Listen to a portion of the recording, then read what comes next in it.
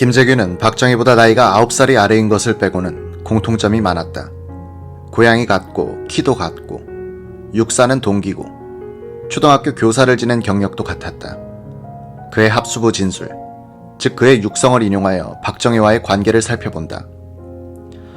1954년 9월경 5사단 36연대장으로 근무할 때 박 장군께서 사단장으로 부임함으로써 재회를 하게 됐습니다. 여기서 상하관계이나 친형제같이 지내게 됐습니다. 1960년 3월 본인은 진해의 육군대학 부총장으로 있고 박 장군께서는 부산의 군수기지 사령관으로 있을 때 3.15 부정선거로 국민들의 원성이 많으니 군사혁명을 일으키자고 동의했습니다. 박 장군께서는 당시 육군대학 총장이시던 이종찬 장군을 주동으로 하는 게 좋은데 그의 의견을 타진해보라고 지시하였습니다. 이 장군을 원거리에서 타진한 바 그는 위험한 일에는 가담할 만한 위인이 못 되어 그대로 박정희 장군에게 보고한 일이 있었습니다. 5.16 후에는 호남 비료 사장도 시켜주시고 준장으로 진급도 시켜주셨으며 육사단장을 거쳐 육관구 사령관 그리고 상당한 위치에 있는 보안사령관직도 맡게 해주셨습니다. 그리하여 각하와 자주 뵙게 됐고 이어서 3군단장, 유정회 의원, 정보부 차장, 건설부 장관, 중앙정보부장으로 등용해 주셨습니다. 1976년 12월 4일 건설부 장관으로 있을 때인데 청와대 비서실장으로부터 빨리 각하 집무실로 가보라는 연락을 받았습니다. 각하께서는 금일 중으로 신직수 부장과 교대에서 근무하라는 명령을 하시는 것이었습니다. 저는 부족한 점이 많은데 되겠습니까? 라고 했더니 연구해서 잘 하시오 라고 하셨습니다. 타인의 추천은 일절 없었고 각하의 의의 중에서 결정된 것입니다. 1978년 어느 날 김재규 부장은 서울 근교에 있는 한 천주교 건물에서 김수환 추기경을 만난 적이 있었다. 이 두 사람의 만남에 배석했던 이동복 당시 부장 특보에 따르면 김재규는 담담하게 자신과 박정희의 관계에 대해서 고해성사로 알고 들어주십시오 라면서 이렇게 설명하더라고 한다. 1973년 12월에 제가 유정회 국회의원을 할 때인데 각하께서 저를 부르시더니 중앙정보부 차장으로 가라고 하시더군요. 당시의 부장은 신직수 씨였습니다. 정보부 차장으로 부임하기 하루 전에 각하께서 저녁이나 하자는 연락이 있었습니다. 청와대 본관 2층에 있는 각하의 사저에서 저녁을 주시는데 식사가 시작되자마자 각하와 유경수 여사가 고성으로 다투시는 것이었습니다. 유교사께서 이후락, 박종규같이 국민들의 원성을 듣는 사람들을 왜 중용하느냐고 따지니까 각하께서는 왜 아내자가 국정에 참견하느냐고 나무라시고 유교사도 지지 않고 대드시니 저는 불안해서 음식을 한 숟갈도 뜨지 못했습니다. 한 10시쯤 집으로 돌아가려고 일어서니 각하께서는 화가 나셔서 저의 인사도 받아주지 않았습니다. 유교사께서는 현관까지 저를 배웅해 주셨습니다. 제가 신발을 신고 인사를 하려는데 저를 등 뒤에서 껴안으시더니 김 장군님 들으셨죠? 김 장군께서는 누구 편이세요? 라고 하셔요. 저는 경모님과 같은 생각입니다. 라고 했습니다.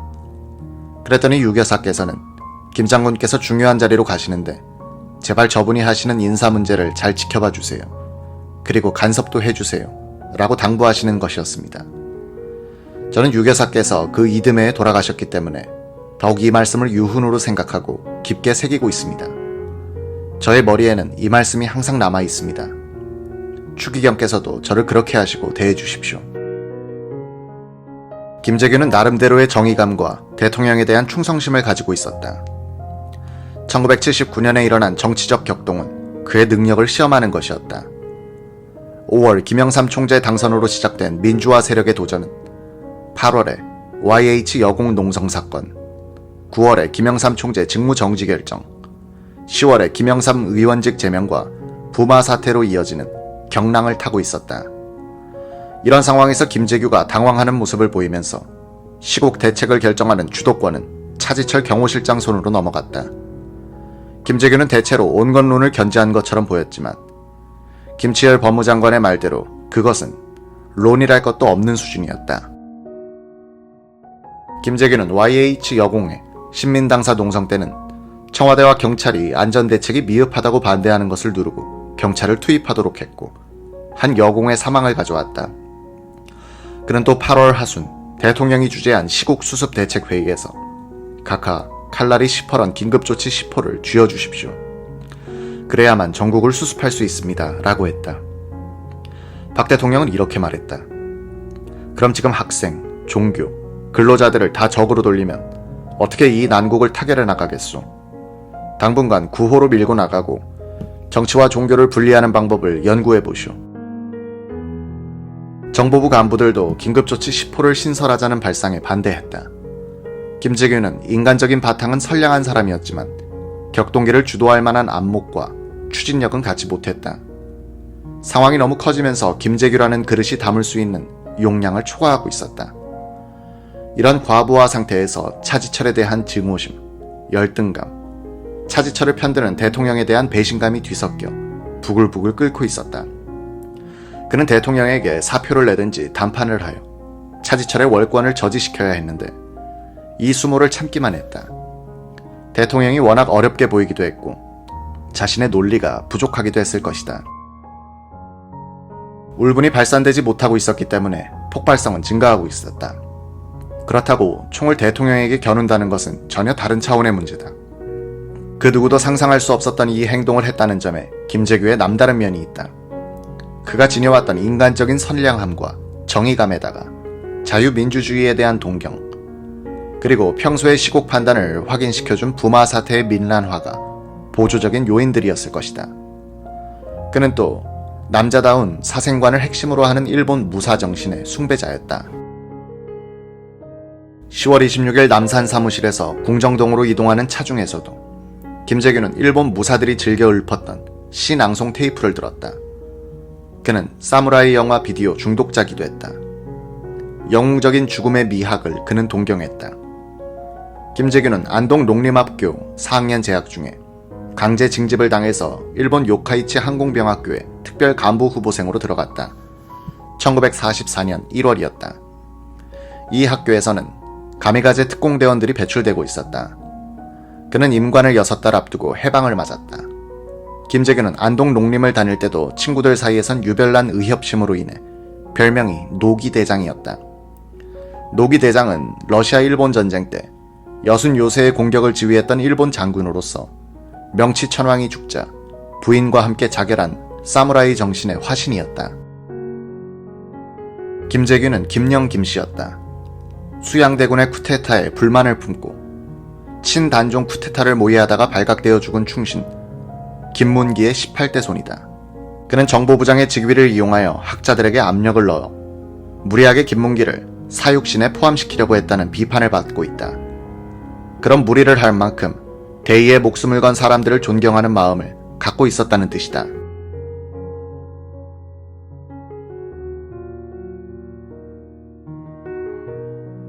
다시 나동안방. 박정희 대통령이 자주 시계를 보면서 삽교천 중계방송은 안 하나 라고 재촉했다. 차지철이 시간이 되면 틀겠습니다 라고 보고했다. 그 뒤로는 차 실장이 시계를 자주 봤다.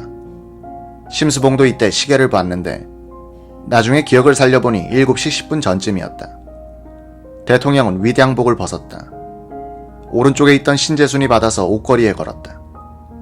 김계원 차지철도 바깥마루로 나가더니 상의를 벗어놓고 들어왔다. 이때 김재규가 들어왔다. 대통령이 웃옷을 벗은 것을 보고는 김재규도 상의를 벗어 걸고 들어왔다.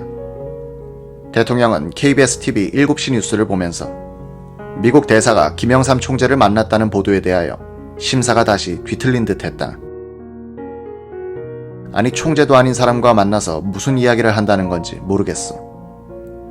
법원의 판결에 의해서 김영삼 총재의 직무 집행이 정지됐는데도 미국 측이 총재 대우를 해주는 데 대한 불평이었다. 대통령은 김재규 부장을 향해서 퉁명스럽게 던졌다. 거 정보부에서 부산 사태 사진을 만들어주는데 깡패들 사진만 만들지 말고 진짜 소유 사태의 사진을 좀 크게 뽑아 보여주게. 김 부장은 짤막하게 예라고만 대답했다.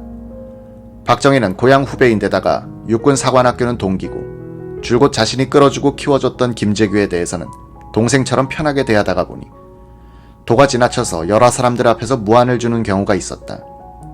대통령은 자신이 내심으로는 끔찍이 아낀다는 것을 깔고 하는 행동이었지만 당하는 입장에서는 기분이 좋을 리가 없었다. 미국 브라운 장관이 오기 전에 김영삼이를 구속 기소하라고 했는데 유혁인인가 말려서 취소했더니 역시 안 되겠어. 국방장관 회의고 뭐고 볼 것 없이 법대로 하는데 뭐가 잘못이란 말인가. 미국 놈은 범법해도 처벌 안 하나. 각하, 김영삼이는 사법 조치는 아니지만 국회에서 제명한 걸로 이미 처벌받았다고 국민들은 생각하고 있습니다. 구속하면 2번 처벌하는 인상을 줍니다. 정치를 좀 대국적으로 하시죠. 정보부가 좀 무서워야지. 당신네들은 비행조사서만 움켜쥐고 있으면 무엇하나. 딱딱 입건해야지. 정치는 대국적으로 해서 상대방에게도 구실을 주고 국회에 나오라고 해야지. 그러지 않고서는 이번 회기에는 나오지 않을 겁니다. 해외 여론도 좋지 않습니다. 김재규는 이 말을 유달리 강경하게 했다. 그때까지 침울하게 예 하고 있던 태도와는 사뭇 달랐다. 김재규가 약간 불손하게 대통령의 말을 반박한 것은 이미 거사 준비를 시켜놓고 연락이 오기만을 기다리고 있는 그로서는 거리낄 것이 없다고 생각했기 때문일 것이다. 이때 또 차지철이 끼어들어 예의 전차 이야기가 나왔다. 신민당 놈들 그만두고 싶은 놈은 하나도 없습니다. 언론을 타고 반정부적인 놈들이 선동해서 그러는 거지 문제가 없다고 봅니다. 그 자식들 신민당이고 뭐고 나오면 전차로 싹 깔아뭉개겠어요. 신재순이 보니 맞은편에 앉은 김재규가 손목시계를 자주 보고 있었다. 대통령은 주한 미군 방송에서 카터 대통령의 재선 가능성에 대한 이야기가 나오니까 무언가 한마디 하더니 텔레비전을 끄라는 손짓을 했다. 그러고는 도승지 한잔 하시오 하면서 술잔을 김계원 실장에게 건넸다. 대통령은 오른쪽 자리에 앉은 신재순 양 앞접시로 음식을 집어 건네주기도 했다. 대통령은 술기운이 돌자 김계원 실장을 도승지, 김 부장을 포도대장이라고 불렀다. 신양에게는 김 부장은 술을 아주 잘하니 많이 권하게 라고 농담조로 말했다. 김재규는 간이 나빠서 술을 거의 마시지 않았다. 이날 술은 대통령과 김계원 2사람이 거의 다 마셨다. 맞이 앉은 2사람은 잔을 빨리 돌렸다. 1시간 40분 사이에 시바스리갈 1병 반이 비워졌다. 차지철 자리 앞에 놓여있던 잔에서는 김계원의 지문이 검출됐는데 이는 김계원이 술이 약한 차 실장에게도 잔을 돌렸기 때문이다. 이날 김재규도 그의 주량에 비해서는 술을 많이 마신 편이었다. 분위기가 좀 풀리고 나서 대통령이 이제 노래나 좀 듣자고 했다. 대통령 왼쪽에 앉아있던 심수봉이 바깥에 나가서 기타를 들고 들어왔다. 심양은 기타를 대기실에 두고 왔었다. 안재송 부처장이 기타를 갖다 주겠다고 했었는데 막상 노래를 부를 시각이 되어도 가져다 주지 않아서 나갔다가 온 것이었다. 심양은 돌아와서 그때 그 사람을 부르기 시작했다. 노래가 끝나자 모두 박수를 쳤다. 박정희는 하나 더라고 했다. 심수봉은 구성진 목소리로 눈물 젖은 두만강을 불렀다. 만찬장의 분위기는 흥겨워지기 시작했다. 2번째 노래가 끝나자 차 실장이 이제부터는 노래를 한 사람이 다음 사람을 지명하는 게 어떻습니까? 라고 했다. 심수봉이 경호 실장님 이라고 했다. 심양은 지명을 하려고 좌중을 둘러봤는데 김재규와 김계원의 표중이 어두워 차 실장을 지명한 것이었다. 심양은 그전에도 한번 여기 와서 노래를 부른 적이 있었다.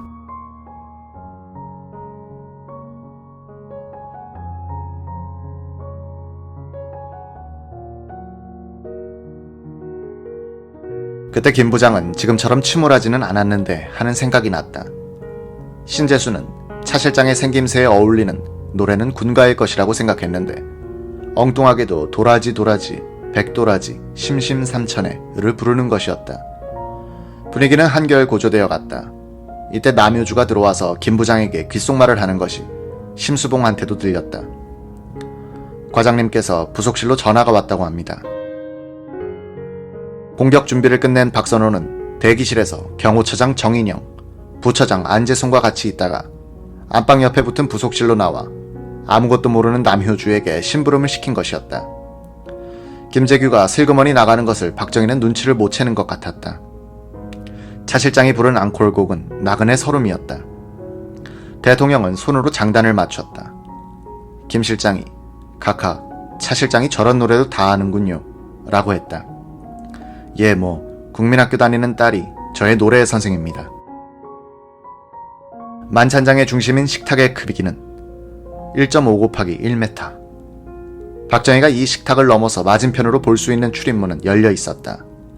대통령에게 시야를 틔워주려고 그런 것이었다. 맞은편에 앉아있는 김재규가 나가고 들어오고 하는 것을 다 알 수 있는 위치였다. 차 실장도 김재규가 무엇 하는지를 의식적으로 감시 안 해도 다 볼 수 있는 자리에 있었다.